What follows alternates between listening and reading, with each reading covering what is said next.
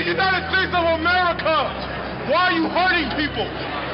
If you want to go kill and hurt people, go to Iraq. Why y'all doing this to people?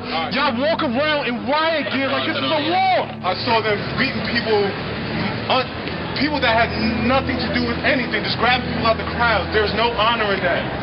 My mom, my father, everybody has served in Iraq, Afghanistan war. I did 14 months in Iraq. My father was in Afghanistan. My mother did a year in Iraq. We fought for this country. I don't come home. I'm in New York City. I am from New York City, and these cops are hurting people that I fought to protect. There's no reason for this. There's no honor in hurting unarmed civilians, and I won't let it happen. Have a good night. I served with Kilo Company, 3rd Battalion, 8th Marines as an automatic machine gunner.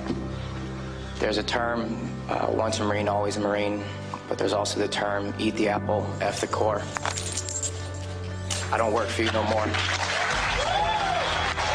What sort of training did you have as a Marine? I mean, were you given cultural awareness? This Republican-Democrat thing, all the world is a stage. Obama is a puppet. He reads the script, he's a teleprompter reader, that's his official job, he doesn't make any decisions. Strings? The powers that be that have the majority of power in this world are those that control the financial system. The financial crisis engineered by these same criminals who are the ultimate fraudsters of the world. The Federal Reserve, the European Central Bank, those are the real string pullers, that's real power. War is out of control, and those who are destroying this world by fraud and deception is what's out of control.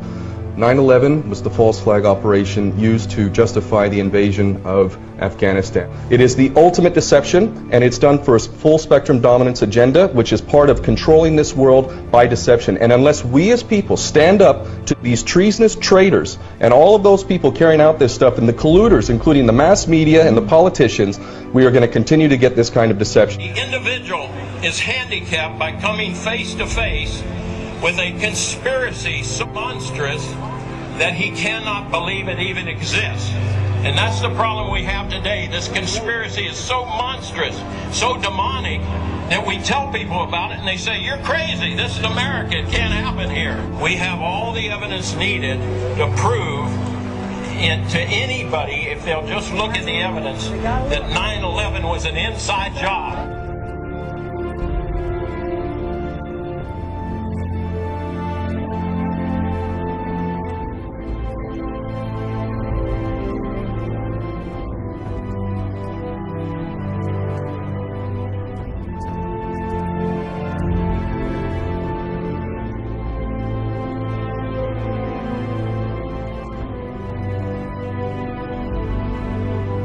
I wanted to fight in the war.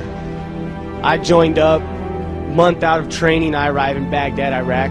We believed 9/11 was a lie. This is in 04. Every sort of soldier believed 9/11 was a lie. We thought the people would expose the lie, know the war's a lie, and bring us home. I'm outraged at what is going on. Again, they're using this idea of patriotism and honor. That's bullshit. This war is not about honor. This war is about profiteering. This war is about money. We're nothing but pawns being used for their political agendas. We need to wake up, and these politicians need to stop playing with the citizens' emotions and trying to give them this emotional high and patriotism. Let's speak reality. We need to wake up, America. What you see with people is that they're desperate to hear what they want to hear. For people to say, oh no, these conspiracy theorists, they're all crazy, you know, they're all paranoid. It's not really going on. It's ridiculous. And this is done to protect you. This is done for you. You know, we're the government. This is why we're doing it. You know, watch the telly. There's a game on in a minute, and you'll be fine. And we're just going to build another concentration camp, okay? See you later. Take you to the FEMA camps being built by Halliburton right now to house 50 million Americans. They're building enough concentration camps in America. If we don't act now, we're going to lose all our rights. I served my country. I got an honorable discharge from the Army, and I swore an oath to protect the country from all enemies, foreign, domestic. Now, these people that are operating in our government right now are criminals. Whatever you hear on TV isn't what the reality is. You are losing your rights as we speak. You got H.R. 2749, which is a Food Safety Act. and this affects the entire country. They can stop all forms of transportation in and out of the state. They can destroy vehicles. They can declare martial law, and they can shut restaurants down. They can shut down supermarkets. And that's why they put all these hot button issues out there to distract people, so they argue amongst themselves, like race and abortion and terrorism and healthcare and God only knows what else. They got you all distracted, arguing amongst each other while they're all fucking robbing us. And people don't know. I talked to people today, they didn't even know what martial law was. They're like, what's that?